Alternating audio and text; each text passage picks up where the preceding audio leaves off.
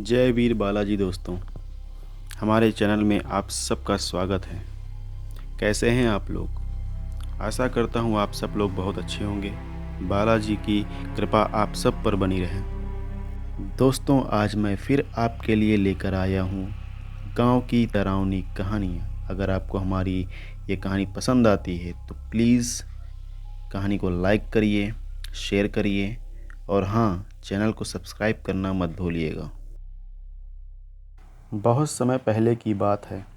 खुनिया गांव के 8-10 लोगों की एक मंडली दर्शन हेतु एक काली मंदिर में गई थी। काली जी का यह मंदिर एक जंगल में था, पर आसपास में बहुत सारी दुकानें, धर्मशाला आदि भी थे। कच्ची पक्की सड़कें भी बनी हुई थीं, पर घने उगे जंगली पेड़ पौधे इसे जंगल होने का आभास कराते थे। यह काली जी का मंदिर बहुत ही जगता स्थान माना जाता था। यहाँ पर हर समय भक्तों की भीड़ लगी रहती थी, पर मंदिर के अंदर जाने का समय सुबह 8 बजे से लेकर रात के 8 बजे तक ही होता था। भक्तों की उमड़ती भीड़ को देखते हुए मंदिर में मुख्य दरवाजे के अलावा एक और दरवाज़ा खोल दिया गया था, ताकि भक्तजन मुख्य दरवाजे से दर्शन के लिए प्रवेश करें और दूसरे दरवाजे से बाहर निकल जाएं। खुनिया गांव की मंडली शाम को 6 बजे दर्शन के लिए मंदिर पहुंच गई थी और दर्शन करने के बाद मंदिर के आसपास घूमकर वहां लगे मेले का आनंद लेने लगी। मेले में घूमते घूमते यह मंडली अपने निर्भयपन का परिचय देते हुए जंगल में थोड़ा दूर निकल गई। रात होने लगी थी।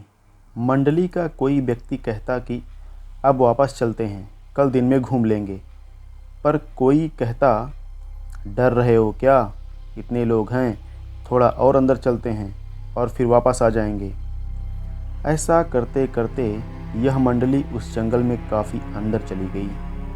रात के अंधेरे में अब मंडली को रास्ता भी नहीं सूझ रहा था और ना ही मंदिर के आसपास जलती कोई रोशनी ही दिखाई दे रही थी। अब मंडली यह समझ नहीं पा रही थी कि किस ओर चलें। खैर, मंडली के एक व्यक्ति ने अपनी जेब से माचिस निकाली और झोले में रखे हुए कुछ कागज़ों को जलाकर रोशनी कर दी। रोशनी में उस मंडली ने कुछ देखा, बहुत ही भयावह था। आसपास कुछ नरकंकाल भी नज़र आ रहे थे और पेड़ों पर कुछ अजीब तरह के डरावने जीव जंतु इस मंडली को घूरते नज़र आ रहे थे। अब तो इस मंडली के सभी लोग पूरी तरह से चुप थे। कोई कुछ बोलने की हिम्मत नहीं कर रहा था, पर हाँ, वे लोग धीरे धीरे एक दूसरे के काफ़ी करीब आकर चिपक गए थे। फिर किसी ने थोड़ी हिम्मत करके कागज़ की बुझती आग पर वहीं पड़े कुछ सूखे घास फूस को डाला और फिर आग थोड़ी तेज हो गई। मंडली ने मन ही मन निश्चित किया कि अभी कहीं भी जाना खतरे से खाली नहीं है, क्योंकि वे लोग रास्ता भी भूल गए थे और उन्हें समझ में नहीं आ रहा था कि किस ओर जाएं। उन लोगों ने फुसफुसा कर यह निर्णय लिया कि आज की रात कैसे भी करके यहीं गुजारेंगे और सुबह होते ही यहाँ से निकल जाएंगे। चूँकि ये लोग गांव से थे और इन लोगों का भूत प्रेतों से कई बार पाला पड़ा था, इसलिए थोड़े डरे हुए तो थे, पर इतना भी नहीं कि ये डर कर चिल्लाने लगें या भागना शुरू कर दें। इस मंडली ने हिम्मत दिखाई और धीरे धीरे करके आग को और तेज़ करने लगी, क्योंकि इस मंडली को लगने लगा था कि ज़रूर यहाँ कुछ बुरी आत्माएं हैं और वे इस मंडली को अपनी चपेट में लेना चाहती हैं। पर वहाँ की आबो हवा देखकर यह मंडली पूरी तरह से डर गई थी और अंदर से पसीने पसीने भी हो गई थी, पर इस डर को चेहरे पर नहीं लाना चाहती थी, क्योंकि इनको पता था कि डरे तो मरे और डरे हुए लोगों पर यह बुरी आत्माएं और भी असर करती हैं।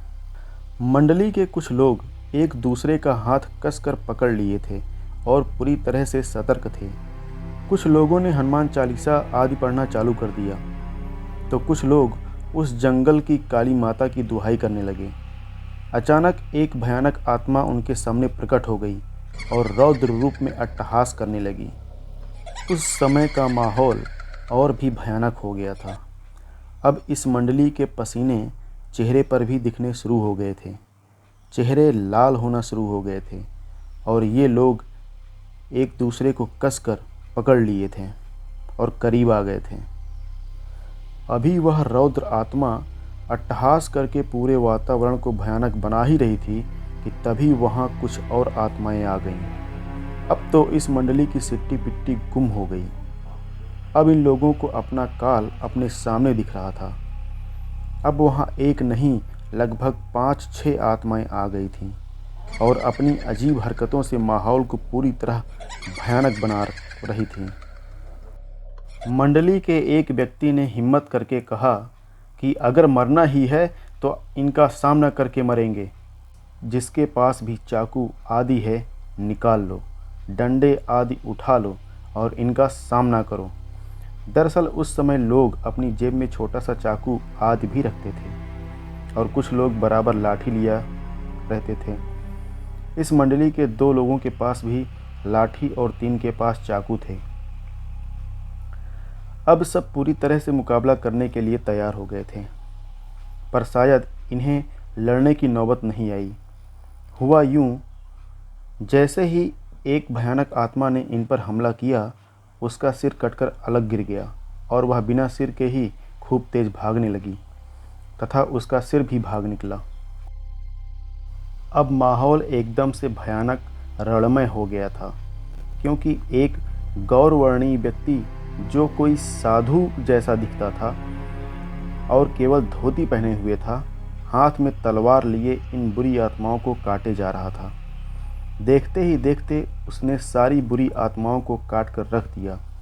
पर गौर करने वाली बात यह थी कि कोई आत्मा मर नहीं रही थी, पर सब चिल्लाते हुए अजीब अजीब आवाज़ करते हुए वहाँ से भाग निकली। अब यह मंडली उस सज्जन महात्मा के पैरों पर गिर गई और उन्हें धन्यवाद देने लगी। इस मंडली को उस गौरवर्णीय पराक्रमी महात्मा ने अपने पीछे आने का इशारा करके आगे बढ़ने लगे। लगभग 10 मिनट चलने के बाद यह मंडली एक कुटिया के पास पहुंच चुकी थी। वहां डर का कोई नामो निशान नहीं था। उस महात्मा ने उन लोगों को कुटिया के अंदर आने का इशारा किया। कुटिया में पहुंचकर इन लोगों ने अपना सारा झोरा झंडा इधर उधर रखा और चैन की सांस लेने लगे। फिर बाबा ने इशारे से ही उन्हें खाने के लिए वहीं बैठा दिया। कुटिया के अंदर से एक दूसरे महात्मा निकले और उन्होंने किसी पेड़ के पत्ते को पत्तल के रूप में इन लोगों के आगे रख दिया। फिर क्या था, उस महात्मा ने उस पत्तल पर कुछ अलग अलग पेड़ों के पत्ते रखे। ऐसा करते समय इस मंडली को बहुत अजीब लग रहा था, पर किसी में हिम्मत नहीं थी कि बाबा से कुछ पूछे। फिर उस महात्मा ने कमंडल से जल लिया और कुछ मंत्र बुदबुदा कर छिड़क दिया। अरे यह क्या! अब तो ये पत्तलें थाल बन चुकी थीं और मंडली के हर व्यक्ति के इच्छानुसार उसमें पकवान पड़े हुए थे। फिर बाबा का इशारा मिलते ही बिना कोई प्रश्न किए यह मंडली खाना खाने लगी। खाना खाने के बाद बाबा का इशारा पाकर वह मंडली वहीं सो गई। पर सब सोने का नाटक कर रहे थे। नींद किसी के भी आंख में नहीं थी। इस कुटिया में दूर दूर तक डर नहीं था, पर बाबा के कारनामे देखकर वे लोग हतप्रभ थे और सोच रहे थे कि सुबह बाबा से इस बारे में जानकारी लेंगे। सुबह जब सूर्य की किरणें इस मंडली के चेहरे पर पड़ी तो इनकी नींद खुल गई। मंडली का हर व्यक्ति बहुत ही आश्चर्य में था, क्योंकि वहाँ न तो कोई कुटिया थी और न ही रात वाले बाबा थे, और ये लोग भी नीचे वैसे ही घास फूस पर सोए हुए थे। अब इनको समझ में नहीं आ रहा था कि वह कुटिया और बाबा गए तो गए कहाँ। खैर, अब इन लोगों के पास कोई चारा नहीं था।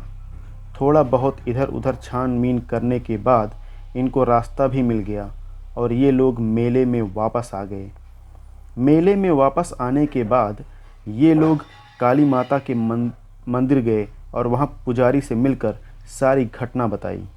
पुजारी बाबा ने एक लंबी सांस छोड़ते हुए कहा कि वह एक दिव्य आत्मा है जो इस जंगल में रहती है। वह केवल रात में ही निकलती है और वह भी भूले भटके लोगों को ही नजर आती है और उन्हें रात में आश्रय प्रदान करके फिर पता नहीं कहाँ गायब हो जाती है। उस पुजारी बाबा ने बताया कि ऐसी घटनाएं उन्हें काफ़ी श्रद्धालु सुना चुके हैं और इतना ही नहीं, उन्होंने कई बार दिन के उजाले में 9-10 लोगों के साथ इस जंगल का कोना कोना छान मारा। ना वे महात्मा मिले और ना ही ऐसी कोई कुटिया ही उन लोगों को वहाँ पर दिखाई दी। खैर, यह मंडली तो कुछ और ही करना चाहती थी। यह मंडली फिर हिम्मत करके रात को जंगल में निकल गई। मंडली चाहती थी कि उन्हें बुरी आत्माएं सताएं और फिर बाबा आकर उनकी रक्षा करें। इसी बहाने यह मंडली यह चाहती थी कि बाबा के दिखते ही उनके पैरों पर गिरकर कुछ रहस्यों के बारे में जानकारी ली जाएगी। बाबा से हाथ जोड़कर प्रार्थना किया जाएगा कि वे कुछ अनसुलझे प्रश्नों का उत्तर दें। पर यह क्या, अभी यह लोग जंगल में कुछ ही दूर आगे बढ़े थे कि जो बाबा रात को पत्तल लाकर रखे थे वे दिख गए और बोले, तुम लोगों के मन मस्तिष्क में क्या चल रहा है मुझे सब पता है, पर ऐसी भूल मत करो। कुछ चीज़ों को रहस्य ही रहने दो। और सबसे अहम बात, हम और हमारे वे गुरुजी इस जंगल में इसी माता के दर्शन के लिए आए थे, पर रात को जंगल में कुछ डाकुओं ने हमारी हत्या कर दी थी। फिर हम कभी इस जंगल को छोड़कर नहीं गए और रात भर जाग कर श्रद्धालुओं को डाकुओं और बुरी आत्माओं से बचाते रहते हैं। तो दोस्तों, कहानी यहाँ पर समाप्त होती है। आई होप आप सब लोगों को हमारी कहानी पसंद आई होगी। तो प्लीज़ इसे ज़्यादा से ज़्यादा लाइक करिए, ज़्यादा से ज़्यादा शेयर करिए और हाँ दोस्तों, चैनल को सब्सक्राइब करना मत भूलिएगा। मिलते हैं अगली कहानी में, तब तक के लिए जय वीर बालाजी।